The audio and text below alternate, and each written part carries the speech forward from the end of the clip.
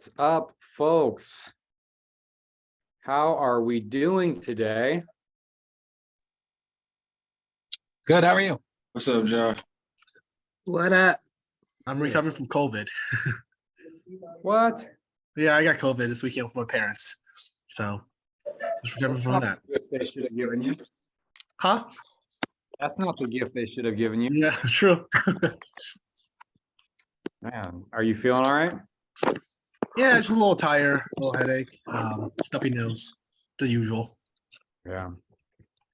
Well, sorry, man. Yeah, apparently it's still going around. I haven't heard of that in a while, but I just had an appointment today canceled because their family got COVID. So hopefully it won't last long.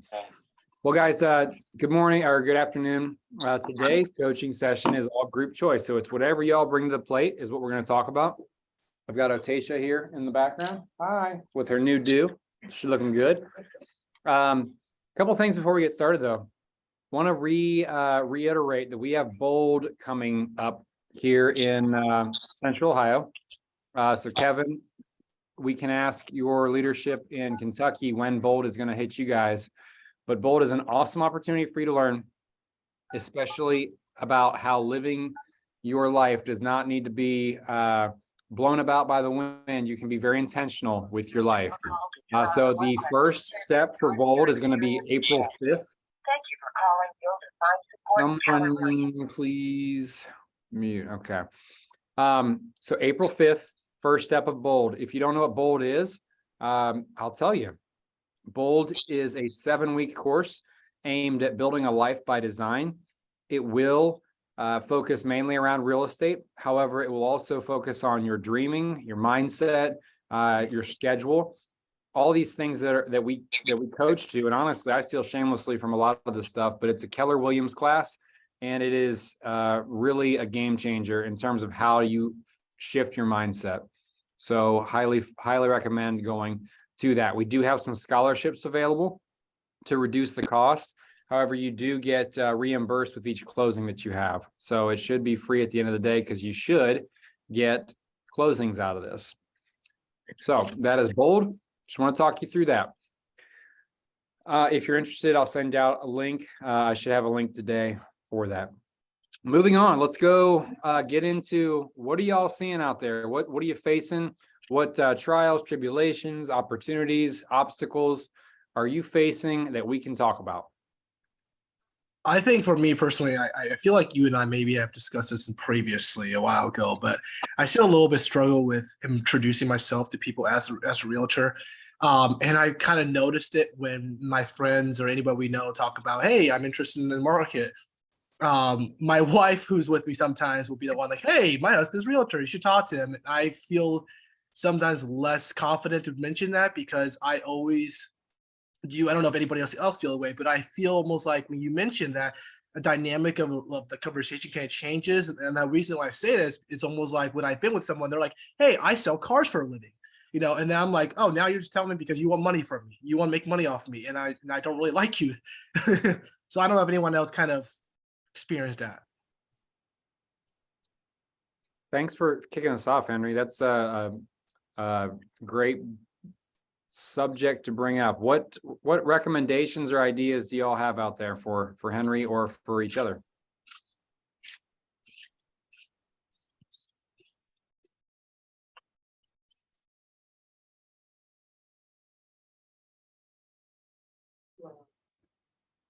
Get out of your own way.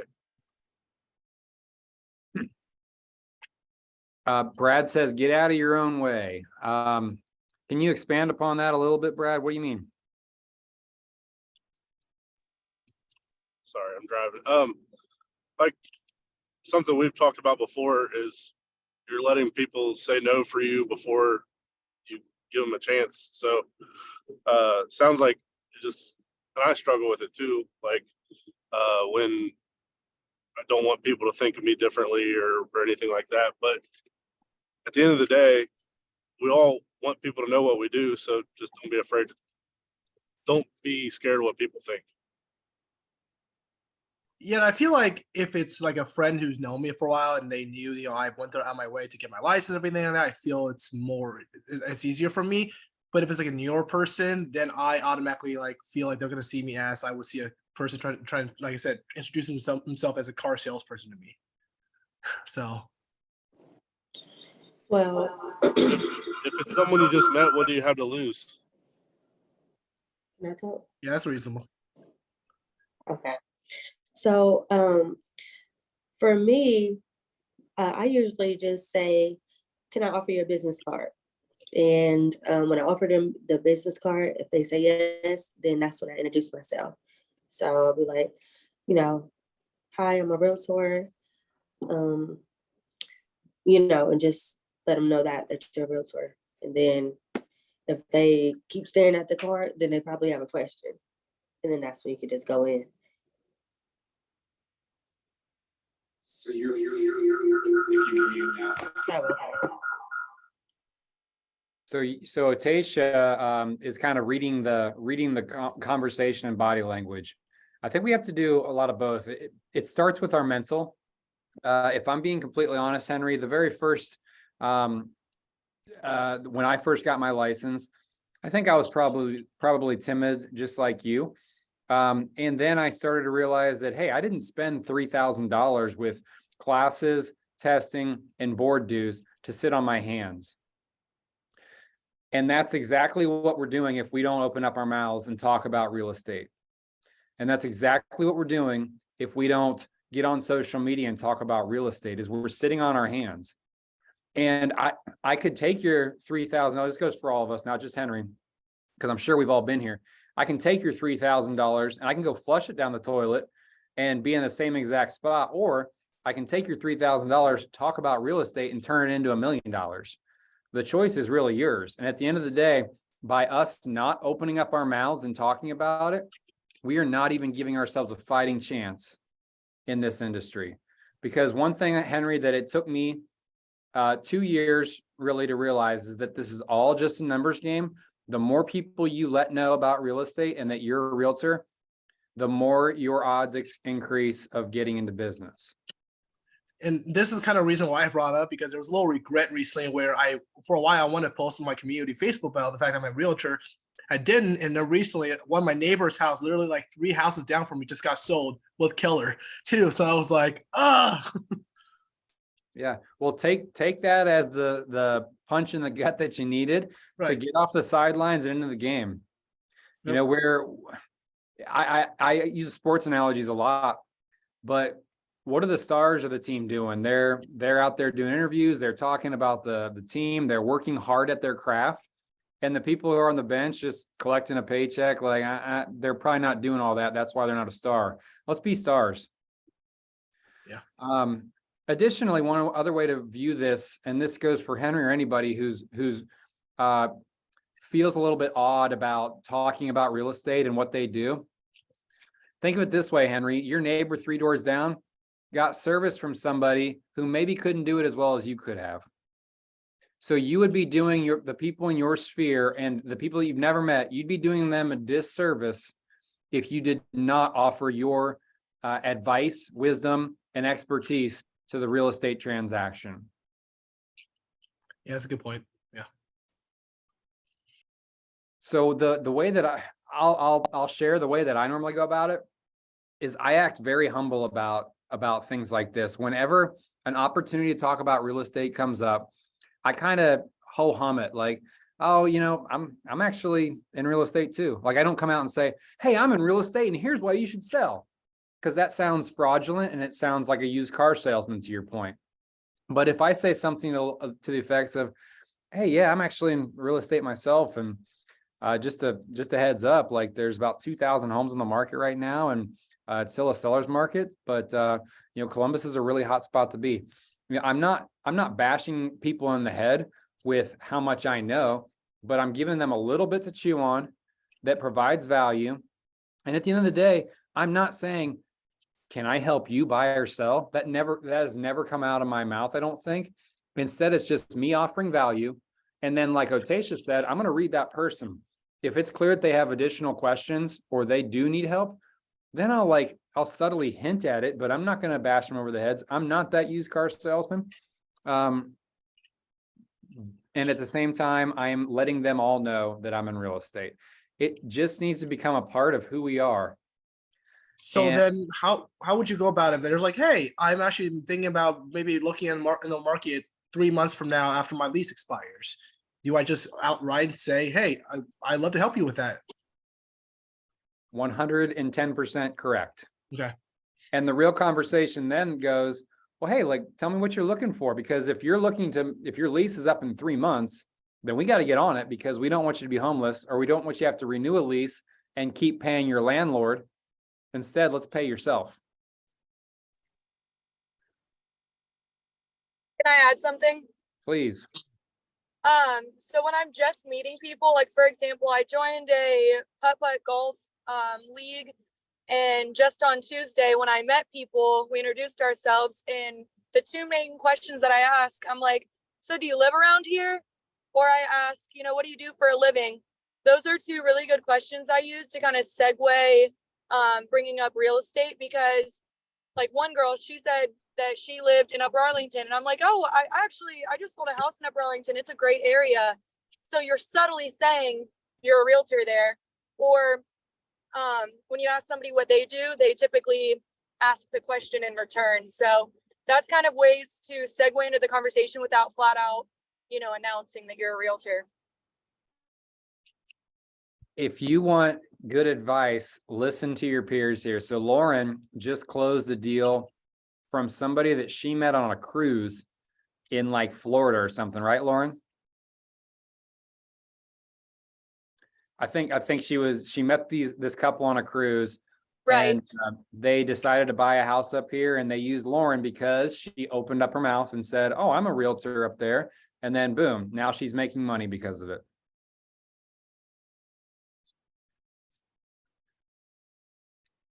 This is a really good point that Henry brings up, because this is a mental hurdle for a lot of us. And it's funny, we talked last week about our soundtracks that we have going on in our brains. And this is a soundtrack I think a lot of us newer agents have, is that nobody wants to hear from me. Nobody wants to know that I'm a realtor. And the truth is, everyone wants to know that you're a realtor. Everyone actually cares about what it is you do. You're the only one who's your soundtrack, that negative soundtrack in your brain, minimizing or negating the fact that you have value to offer to people. I have a question about contracts. Or Okay. no, not contracts. I have a question about Oh, Tasha's asking a question here. If you can't hear, I'm going to repeat it. pre-approvals. I need to know what pre-approval looks like, because I have a client that I just got in contact with, and he thought it was a pre-approval, and I don't know what a pre-approval Okay. looks like. Oh, Tasha's asking what a pre-approval looks like, because she's got a client who's looking to buy a house, and I think he's not sure what the pre-approval looks like. So number one, can somebody explain to me what a pre-approval letter is?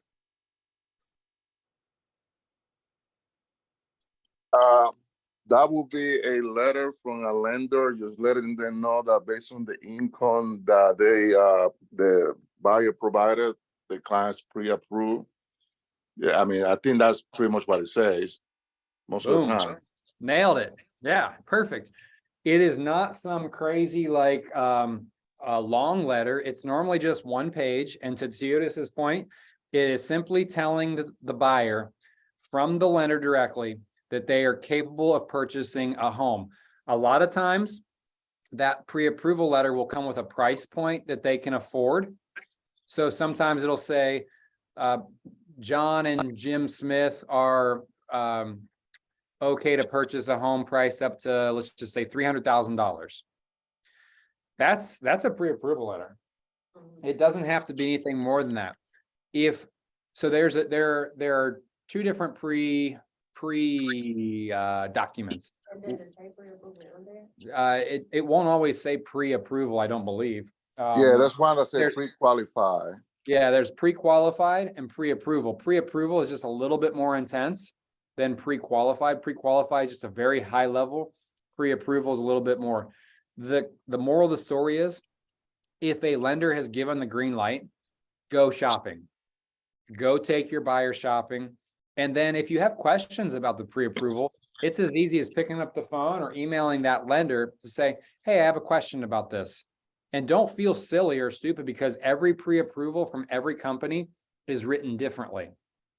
There is not one stock like script that every lender uses. So that's a really good question. If you have a letter from a lender I did. saying they can afford a home, then it should be the equivalent of a pre-approval. I did have a question, Josh. Shoot. So I was wondering, so what if we're working with a client who's interested in getting into a house, but they don't have pre-approval, but they insist on seeing a house? How do you go about like explaining, you know, we would like to have some type of documentation that you'll be able to, you know, afford anything? Because a lot of people, they don't like to show funds. I feel you. Who has advice here for Rachel? I've got my own advice, but I want to hear from somebody else. I would show them one house, one property, just to build a relationship. But after that, I will encourage them that they have to get it pre-approved because you don't want to waste your time showing them houses that then they're not going to be able to afford. Okay. I completely agree with that. First, I at least meet them for the first one just to build that relationship. But after that, the two main points that I make is that I kind of heavily focus on, you know, we don't want to waste your time. So I just say, you know, I don't want to waste your time seeing something that's way above or way below your price point. So let's figure out your budget. Additionally, I say, so what if we go see this house and you absolutely fall in love with it? And then you can't even offer on it for, you know, a few days up to a week because you're not pre-approved yet. And then somebody else gets the home within that time. So it's explain to them that, you know, you'd be wasting their time if they love the house. Okay, definitely understood. Thank you, guys. If I can throw some stats your way, 80% of the time, a buyer will go with the first agent they physically meet. So now maybe that makes it a little bit easier for you to realize the value in just showing them, at least to Teodos's point, one home, and then kind of drawing the line in the sand because you're physically meeting them, you're establishing relationship and connection, and you're likely going to be their person going forward. Now, also, I would ask you, you know, if in my first year, especially when I didn't have much else going on, I would go do anything I possibly could to get in front of people. So you kind of, I don't want to say earn the right because it sounds snooty, but over your years and years and years of real estate growth and expertise, you're going to get too busy to deal with some of those individuals who are wishy-washy. And at that point, when you've earned the right to say, hey, I only actually show homes to people who are pre-approved because otherwise this is just us rubbernecking. We're not actually serious about buying a home. Once you're serious, I work with serious buyers. Now, I'm happy to send you, listings, but when you're ready, you'll talk to a lender. Otherwise, I know that you're not actually ready. Okay. To Lauren's point, you make it sound like you're wasting their time, and then it dawns on them that they're actually wasting your time. Definitely understood. Thank you.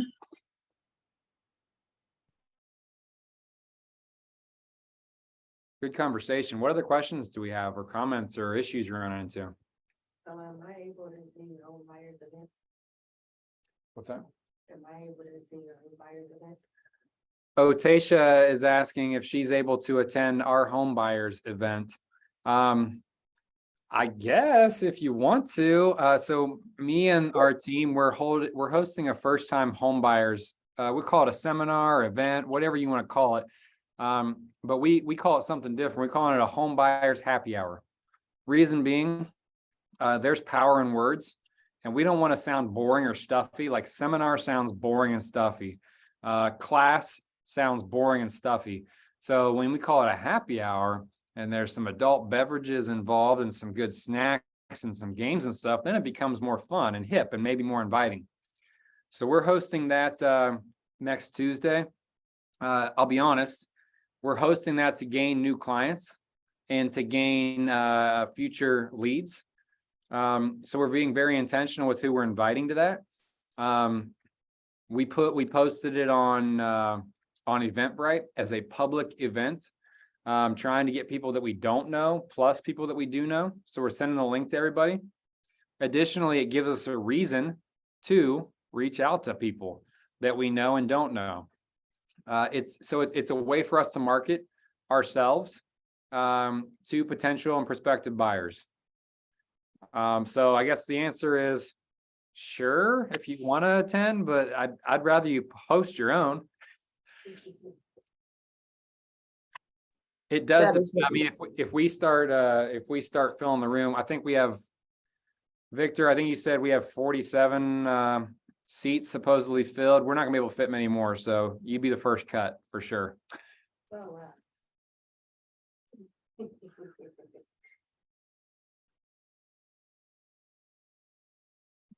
What other ideas or questions or comments or concerns or ideas, whatever, what do you got? I have another question, more for like solo agents, and like what are like good cost-effective ways to generate leads and I guess market yourself. I've heard a friend of mine who one time posted an ad on a bench by Kroger on High Street and cost him like $2,000, but didn't really bring much. So Great question. And let's open it up. What ideas do we have that are good ideas for Henry or any solo or team? I mean, it doesn't matter if you're on a solo or a team, you're still trying to produce your own leads. So what could we be doing that could generate leads? I'm a solo agent, so what I'm doing open house for all the groups, for all the realtors. Anybody that posts that they needing help doing open house, I'm jumping on each and every one of those, just so I could meet people and give my cards out to those people. Also doing a lot of door knocking, around neighborhoods and just talking to people and letting them know that I'm a new agent. So, that's why I'm trying before I try to spend too much money on anything else. And to your point, sir, how much does it cost to door knock? It's free. I mean, it's just free. I go to church, free talking or to people, gas money. parking And lot. then how much does it cost to hold somebody else's open house open? It's actually free. Some of them will actually pay you, up to $50 to do it. So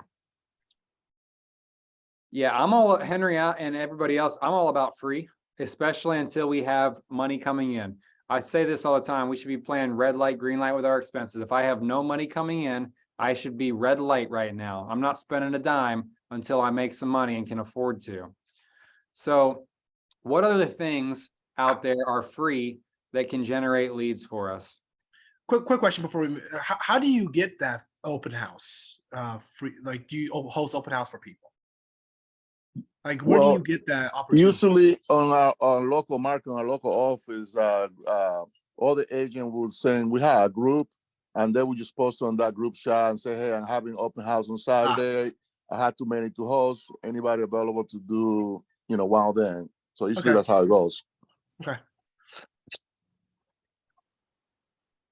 Yeah, use your brothers and sisters here at our brokerage and jump in that Facebook closed group page and just ask point blank, who has an open house that they'd like held open, or even also, one thing you can do is if you go on the MLS, you can view who in your office has listings, and maybe listings that have been on the market longer than a couple weeks, because odds are they don't want to hold that thing open again themselves. And that would provide you a great opportunity to go hold the open house. And then you treat it as if it's your own. You market it on social media. You send notes to the neighbors. You go door knock to drum up interest, and you act like it's your listing. And those are things we have to do until we get our own listings. Are we allowed to do those open houses? I thought like the new agent checklist or whatever had on there where you needed to be with somebody for 2 of them and open the lockbox a couple times or whatever. So can we just do it on our own, or do we need to have that coaching. The part. first one at least, you should be shadowing. You should not ever do one on your own before you've done it on your own. Reason being, you don't want to be out there lost. So shadowing somebody. And so Aaron, I believe I saw you in our post asking to shadow somebody. And I think a couple people stepped up and said, yeah, I'll be happy to have you shadow me. That's exactly what we're looking for. Do it once or twice with somebody else, and then jump in and do it every weekend if you can. Multiple times a weekend. That'll prove you're hungry. Good question. What else? What other free ways do we have of lead generating? Victor in the chat said networking. So finding networking groups to be a part of. And if you go to a networking group, it's literally called a networking group. They expect you to bring your cards. They expect you to talk about your business. So it's an open forum. And you don't even have to go in mentally thinking, oh gosh, I don't know if they want to hear about my business. No, they literally are there to hear about your business. Victor also mentions Facebook groups. Yeah, Henry, you mentioned this earlier. Getting in your neighborhood Facebook group is brilliant, and it costs $0. And you be that voice of reason. All you have to do is check it once a day for 10 minutes, not even probably 5 minutes, and just see if anyone's posted anything that you might want to, chime in on. Brandy. Can y'all hear me? Yes. I was just reiterating what you said about trying to get everything that's like free or whatever the case may be. So why is the Bold classes not free if it's trying to help newer agents? Because we have to pay for the speaker and their travel and their accommodations. So it turns into free though with each closing. So it's $7.99 as the cost to enter. Again, we do have some scholarships. So the scholarships might take it down to like half price, but it also encourages you to have skin in the game. If you got no skin in the game, then why are you going to show up every week? Honestly, our human nature is for us to be lazy. And if we don't have skin in the game, then odds are I'm not going to go. So if I've got $400 in it though, I'm like, I'm getting my money's worth out of this. And the cool thing is with each closing, you get that money right back. I think it's a max of like 4 closings, you'll get paid back. So it does turn into free. So what is it exactly about? Like the breakdown. It's about thinking. So here's the cool thing. First step is completely free. So April 5th, go and learn about Bold directly from the teacher. But we've got several people on the call who have been to it before. I've been to it 3 or 4 times now. And what it is in a nutshell, it's going to teach you how to focus your life around being successful in real estate through building systems like schedules and actually getting out of your comfort zone a little bit and actually talking to people. So going back to Henry's question and kind of looping back into Brandy, I'll get back to you here in a second. The number one most important thing you can do, Henry, and everybody else out there, doesn't matter if you're solo or on a team, is talk to people about real estate. It's completely free. Can I say something to Henry too? Please. So Henry, one of my experiences, well, I talk, that's what I do. I mean, that's me. But I even I'm gonna just give you an example. Like one time I was at the liquor store right here where I stay at. And I would just, sometimes on Friday night, Saturday night, the liquor store line is long. So, everybody's having different conversations. So it was this guy, he was already drunk and he's just talking, but I'm listening. So to come to find out, he does I think he did cabinetry or something like that. So, I mean, it's just like, I'm nosy. So if I'm in Walmart line, anything where I can get into what I do, I do it and I say it and I don't care. I wish I had that confidence because literally the other day I was with my brother and we went to this restaurant and then they were like really packed. So they literally sat us next to in the same table with next to another couple. And I overheard them talking, oh, this house looks nice. And to kind of like the corner of my eyes, I saw them on Zillow. I should have been like, oh, hey, I'm a realtor. Mention that to them, but excuse my language, I pussied out basically. So Yeah, I thought about it, but I wasn't confident enough to do that. Gotta jump in, gotta do it, gotta do it. Like even with me, like I bought a house on the hilltop last year, and they're doing a lot. So if I see anybody working on a house, anything, I'm rolling up here. Here go my car. You know, sometimes with the Migos, I even roll up sometimes with like the 12-pack of Corona or something like that, and be like, because sometimes they be kind of iffy, and a lot of times they don't speak English. But like if you come in inviting, it's about your approach. It's like, okay, here's the 12-pack, but here's my car. Do you know who's selling it? Are you renting it? Are you working for somebody? You know, they'll put the translator on or stuff. It's just how you market yourself. But anywhere I go, I talk real estate. You just have to start speaking. People accept it. Oh, another good point. That's something I started doing it. Going to contractors. I stopping at Home Depot, Lowe's, Menard. Anytime I see a contractor, I give them my car and let them know if they're working with somebody that's looking to sell, looking to buy. You know, to give them my car.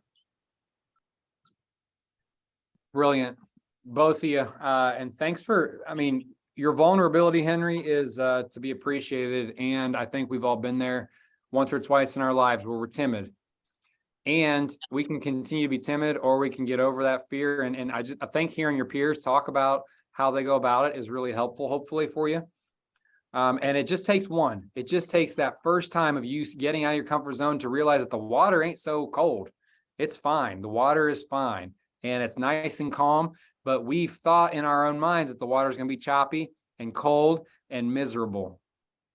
Get those negative soundtracks out of your mind and know that there's fruitfulness behind those conversations.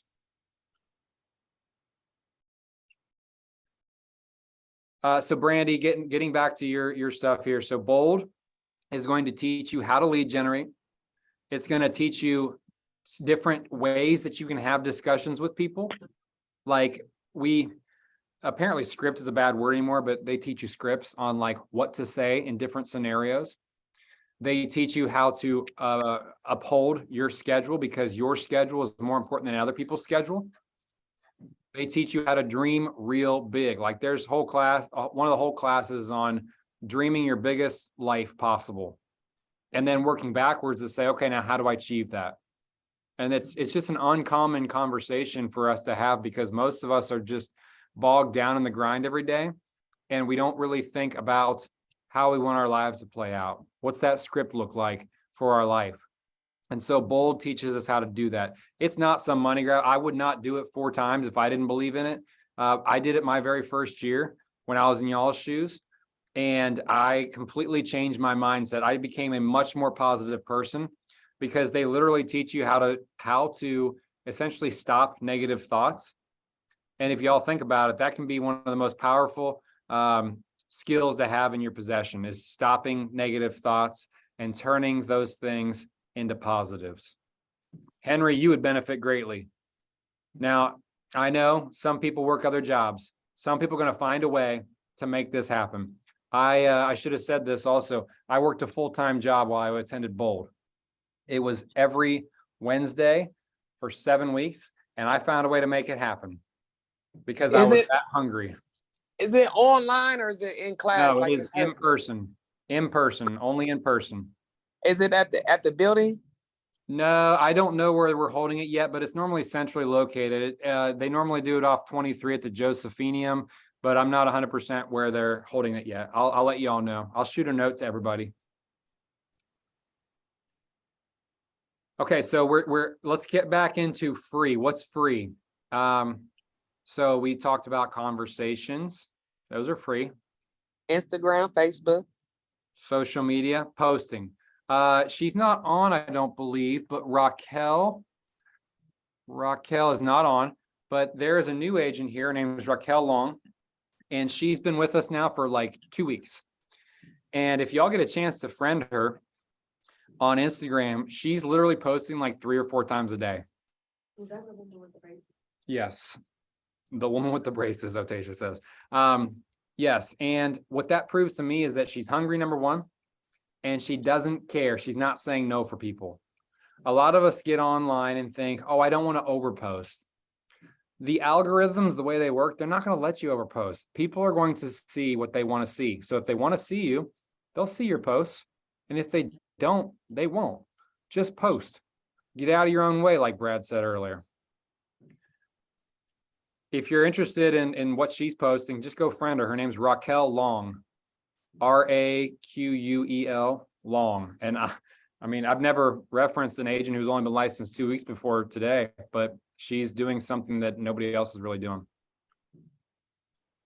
And the good thing about that, you could schedule your posting to Facebook and Instagram through command. I do that. I'm doing it twice a week through both of those Facebook and Instagram, and scheduling those through command. How much does that cost? That's free. Free. Love it. What else? Lauren said in the chat, always have cards on you and create a digital card on command that you can save to your camera roll. Love that. I put my digital card in its own album so I can easily find it. So that sounds like that's free. Now, business cards are going to cost you what, like 20 bucks? Henry, I know you have another job. You're good for it. So the comment there and the practice that I had my first year was every day I put 2 business cards in my pocket. And by the end of the day, my goal was to have those business cards gone. Surely you can run into 2 people a day. Surely. And that's free, just talking to people. What else is free that we can be doing?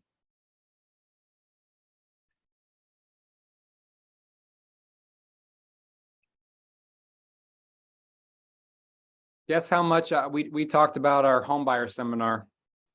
Guess how much that's going to cost me? We are providing food and beverage. Guess how much it's going to cost me? Someone say it. $300. Try free. Oh, You got a sponsor. Got a sponsor. okay. Okay. So who could you get to sponsor your things, right? So this is the question. We get to think creatively and we get to scratch somebody else's back. So we have paired with a lender. They're going to supply the food and beverage and they're going to speak to everyone. So it's I'm going to scratch your back, you scratch mine type mentality where we're going to have them up in front of hopefully a packed room of, 30, 40, 50 buyers. And those people will eventually need a lender. So I'm going to scratch your back by giving you this great podium to speak from, and we're going to have a Q&A. It's just going to be really cool and chill. Just a Q&A like, hey, tell me about how the lending process works. Because those people sitting in the seats want to know. And you're scratching my back because you're making this thing no cost to me. So don't be thinking whenever you see us giving away stuff, if y'all haven't friended us yet, friend us, please, and then go steal shamelessly. Just don't steal my clients, but steal shamelessly our ideas because most of them are costing us a whole lot less than you might think.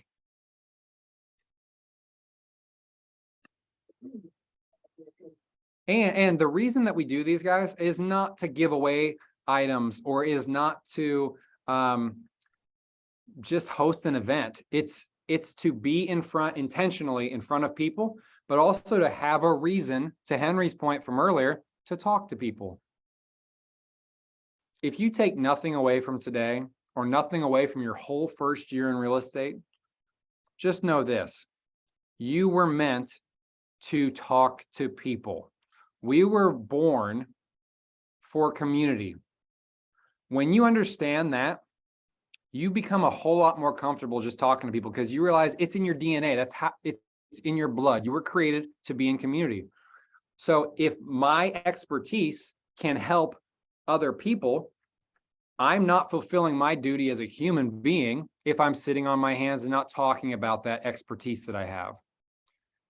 You can do it in a very tasteful way that's not overly in your face. And events give us an opportunity to do that. So how many touches do you think we have with people trying to get them to attend our events? Lots and lots and lots. So a month ahead of time or 3 weeks ahead of time, we get in touch with people through email, calls, and texts. And social media. That's 4 different touches, like 2 weeks in front of the event. And then every week getting closer to the event, we have more touches. The day of the event, what do you think we do? We touch everyone who's said, yes, I'll be there, just to confirm, hey, you said you'd be here. I expect to see you there. And then the day after the event, thanks so much for coming. We're so appreciative of you for being involved with us. It's another touch. And then a week after the event, hey, we just wanted to get your perspective on how that event last week went and to follow up. What'd you think? So out of one event, you have the authority to have 6, 7, 8, 9 touches. It's a great excuse.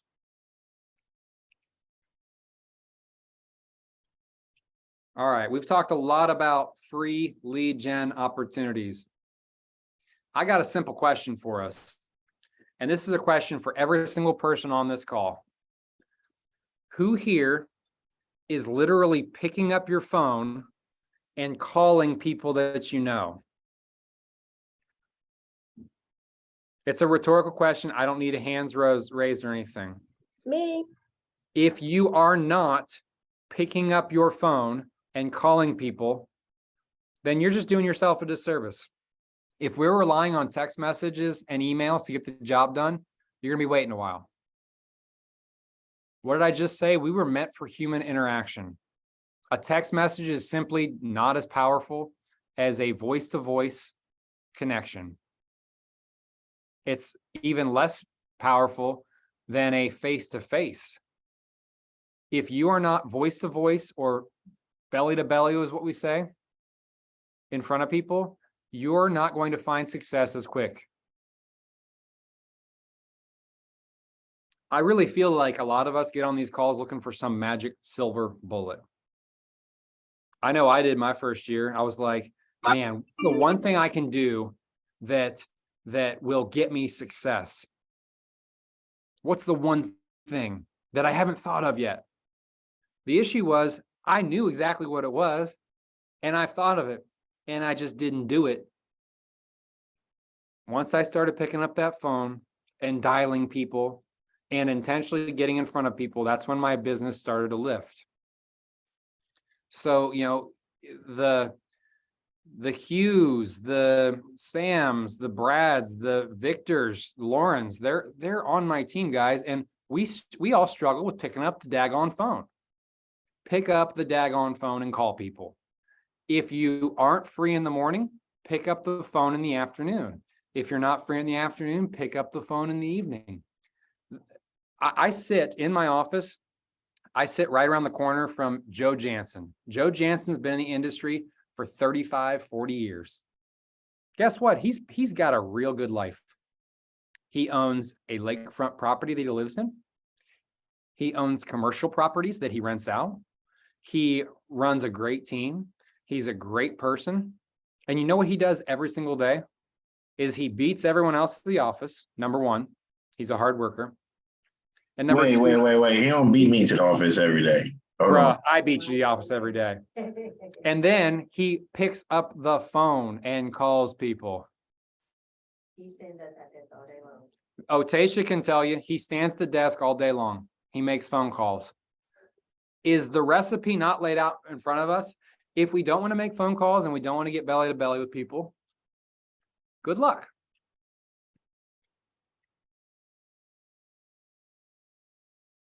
I know I sound blunt and maybe a little aggressive, but I just get frustrated when I see people with plenty of talent that won't take advantage of it.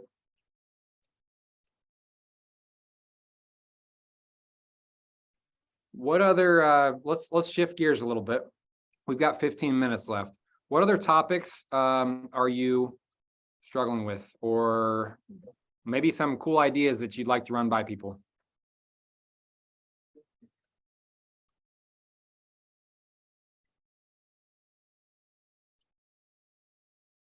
I really would like to hold myself accountable for marketing.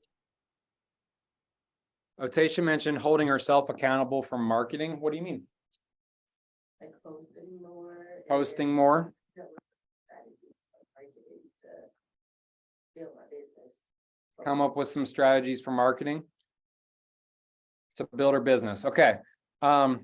If we go back to 2 weeks ago, I think we had a class. It is recorded And it is on our YouTube channel that is all about social media marketing and how you can hunt for people. If we're struggling with ideas, just go back to that recording and listen to it and then go execute. Now, Otacia said something really important. I want to hold myself accountable. That's hard for us to do, and that's hard for anyone to do. It's human nature to want to kind of make life easy, right? Holding ourselves accountable means sometimes you tap somebody on the shoulder and say, hey, here's what I'm thinking. Can you help me? And that's where I come in as a productivity coach. It could be as simple as saying, hey, what we're going to do is we're going to set up a daily text message. I want you to text me as soon as you've posted for the day. And if bedtime comes around for me and you haven't posted and I haven't received that text, I'm not going to like yell at you. I'm going to say, hey, where's the post? By you telling somebody that you're going to do something, you'll do it because you have now planted the seed that you're a person of action and you don't want to let that other person down, that you basically told you're going to do something. Let your yes be your yes and execute. I love that you're thinking along those lines of like being accountable. I was told actually too by a lender because I have a potential client that is interested, bring that way over here. Interested in purchasing, and she was wanting to know how much is like too much credit card debt, and the lender said that there's not a such thing, I guess, as too much credit card debt if you have a good credit score. Isn't that something we can market? So how many people, and this is something that we'll bring up in our buyer seminar, you guys can do your own buyer seminar. I want to send you off to fly. But something that would be a common misconception by most buyers that I do have to have no debt. That's not correct at all. And lenders can help you answer some of these questions that people have. And when you find out the answers, just make a post about it because that's providing value, right? You can do a video, you could do a graphic on command, you could just do a simple post with words. The act of doing it will get you positive headspace in people's minds. What about for lending? I mean, what about for rentals? Because it's different rentals. Rentals are landlord specific. So I get this question all the time. I just got my license. Can I help with rentals? The answer is absolutely. The answer is also don't expect huge paydays off of it. And my third answer is you're so young in this industry. What else you got going on? Just go help them. And so on our MLS, there is a rental portion. A lot of times it's not what they're looking for. So then we kind of steer people, hey, go check out apartments.com or Zillow rentals. I can help facilitate to some extent. Just realize you're probably not going to get paid a lot, if anything. You're going to have to negotiate to get paid, even if it's just a couple $100. It shouldn't be as intense though as helping someone purchase a home. And so your time involved is less. And it's a relationship that you're establishing that you can get a 5-star review off of. Yeah, that was the question. The question was for rental debt. So can people rent if they have debt? Like, is there such thing as too much debt when you're doing trying to get a rental? Because like, okay, well, you said it is landlord specific. So Yeah, I mean, a lot of landlords are going to run a credit check. And so what they're really looking for, and I'm a landlord, I guess you'd call me, for a couple different properties. And what I look for is bankruptcies and how many missed credit card payments are there. And if you do background checks, you'll be able to see those. You will also be able to see their credit score. So if somebody has a credit score that's in the dumpster fire, then I'm probably not gonna want you to rent my unit because the odds of you having good financial sound skills, money spending skills, are probably not very good. So that's a good question. I like to market positive things. So I would probably not market like, you can't do this, you can't rent if you, I would just focus on the positive stuff. Just enlighten people on, hey, do you have a subpar credit score? Here's some things that you can do to fix that. Like that sounds more positive, right? Yeah. Cool. We got about 9 minutes left. What other questions, comments, concerns, ideas?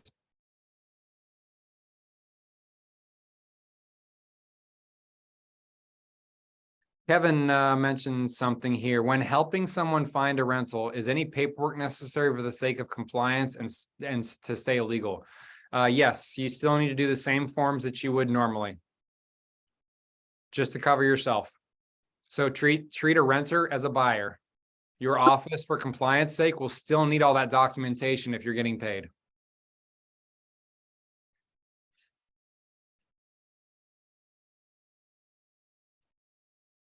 Victor in the chat also said, join the new tech with Rachel from 3 to 4 p.m. So there's a call. Rachel, who is our tech coordinator for all of our market centers, including Kentucky, has weekly calls, multiple weekly calls, and they are awesome. If you're not attending those, then don't go bugging her when you need something. I want to repeat that. Don't go bugging Rachel when you need something, but you don't go attend the calls that she has in an open forum. You know what should be covering today? It says new tech. So Command is always always changing. Teotis has mentioned several things that he does from Command. Command is always adjusting and changing. And so if you have questions on Command, just jump on that call. Number one, she will normally build in time on her calls for Q&A. So you can bring up whatever you're dealing with specifically. And then I'm 99% sure that she records these calls and puts them on YouTube channel for your review. So if you are working another job or can't make it for the day, you're on a trip or whatever, you can always jump back in and see what you missed. Next week, we'll go over the documents used to close the transaction, all the documents required to close the transaction. Sure. The question was, what documents do we need to close a transaction? Can we go over it next week? I can bring that stuff up. And I will also reference, if you need that information now, there's information on our YouTube channel that has all that stuff, because we've talked about it in the past, but we'll definitely be able to go back over that. I did want to also say, in 2 weeks, 2 Thursdays from now, we will not have typical traditional coaching like you're seeing here, where I'm the one leading it. We're going to actually have a title or an appraiser come on to coaching from 1 to 3. It's going to be a longer session, but it is going to be an appraiser talking about appraisal 101. It's going to be super cool to hear directly from an appraiser and what goes on in their world, because it's probably not what we think happens. The cool thing is the person who's teaching us is also an investor in real estate, and he flips and holds. So if we get him off topic a little bit with those things, then he's going to be really good and well-versed at multiple different things. He's also a realtor. So this guy's a jack of all trades, and I would definitely recommend. That's the 30th. Is that the date? Can you just send it to all of us? I've sent it. I have sent it, and the Market Center sent it also, but I will resend it, and we'll make sure that you all have that information. Josh, Yes. I got one question. It just came up literally just now. Good. So I was supposed to be showing someone the house later today at 6:30, but they said, is it okay if we don't go see it because I talked to my mom and I guess I have to wait a year till I can buy a house because she just bought one in October. Is that true? Or is it 6 months, or does she have to wait any time at all? Or Did she purchase a investment? No, there shouldn't be any period there unless I'm trying to think of a scenario in which you wouldn't be able to buy another home. Now, unless she was on it with her mom and they went FHA, they're going to have to wait a year. Is she VA? Because you can only buy X number of homes a year with VA. Hugh, do you have a pre-approval letter? no? Just ask her, just say, and if ever I'm confused on something, guys, don't act like you have to know everything. Just say, hey, I'm a little confused. What makes you think you can't purchase a home? And then they'll enlighten you, and maybe there's something that they didn't tell you initially. And it's the one, Thursday, March 30th, 1 to 3. March 30th, 1 to 3, and we'll send the details out. Lauren, the appraisal class is on the 30th, so I was a week early. Man, how many Thursdays are there this month? Good gosh. So next month or next week, we'll talk about documents and what y'all need to be compliant. The YouTube channel. Oh, that is awesome. I would love to hear that. PC One Stop Shop. If you look, search PC One Stop Shop. Good. Well, you will just attend. We got 3 more minutes. What questions, comments, ideas you have?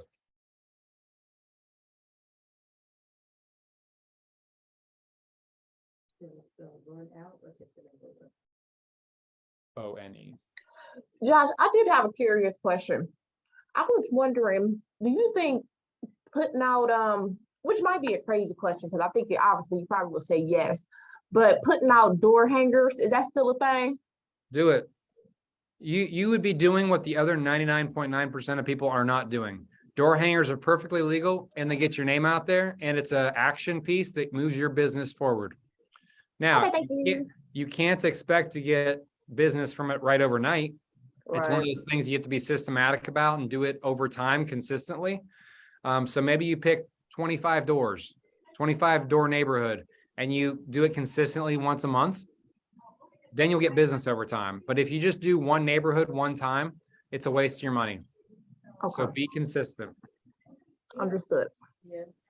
What, like, printer or something like that you can use in order to make your own door hangers and things. Yeah, Command. You can use Command. There's a door hanger template that you can use. And if you don't Oh, it like it, is? you can go to Canva It's on design. for printing. There is a printer attached to Command that will print your stuff for a nominal cost. So if you wanted to do door hangers, if you want to do flyers, postcards, you can design and print directly from Command. And they will be shipped to you or to the people that you want them shipped to, all through Command. If you're interested in finding out more about that, attend one of Rachel's many classes. Cool.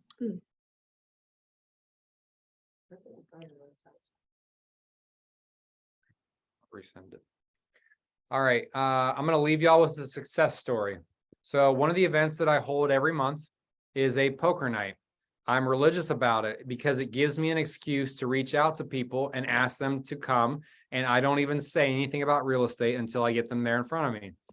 I recently invited pretty much every guy that I knew to come. And I got a call today from a person who said, hey man, I appreciate the invite. I can't make it, but I need to go buy a house.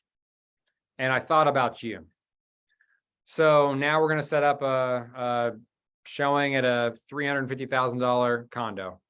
So whatever you do, guys, have an excuse or don't have an excuse, but talk to people. People will appreciate it. It will lead to business. Promise you. You trust me? You don't have to answer that. I know you trust me. So go do it now. Pick up the darn phone and call people.